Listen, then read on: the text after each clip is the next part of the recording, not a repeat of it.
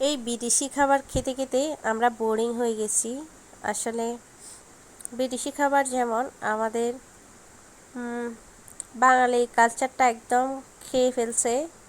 এই বিদেশি খাবারগুলো বার্গার বলেন, ফ্রেঞ্চ ফ্রাই বলেন, সব কিছুই আমাদের দেশে যেরকম পিঠার উৎসব হতো, পিঠা খাওয়া হতো, রং বেরঙের পিঠা, মায়েদের হাতের পিঠা, আহা কি দারুণ!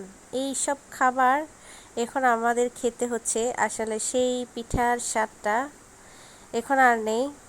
ওই পিঠার স্বাদটাকে খুব মিস করা হচ্ছে।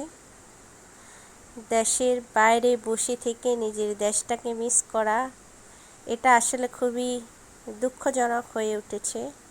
আসলে যখন বিদেশি খাবারগুলো খাই তখন আসলে নিজের দেশের খাবারের কথা কি মনে পড়ে, বিশ্বাস করবেন। এখন হচ্ছে যে মোবাইলে অর্ডার দিয়ে দিলে ঘরে বসেই খাবার খেতে পারেন। আপনি যে কোনো পছন্দের খাবার হোক, যে কোনো পছন্দের খাবারই অর্ডার করতে পারেন। ঘরে বসে বার্গার অর্ডার করেছে। এগুলো হচ্ছে উটের বার্গার, খুব মজা ছিল। তিন রকমের বার্গার ছিল, দারুণ ছিল এক কথায়।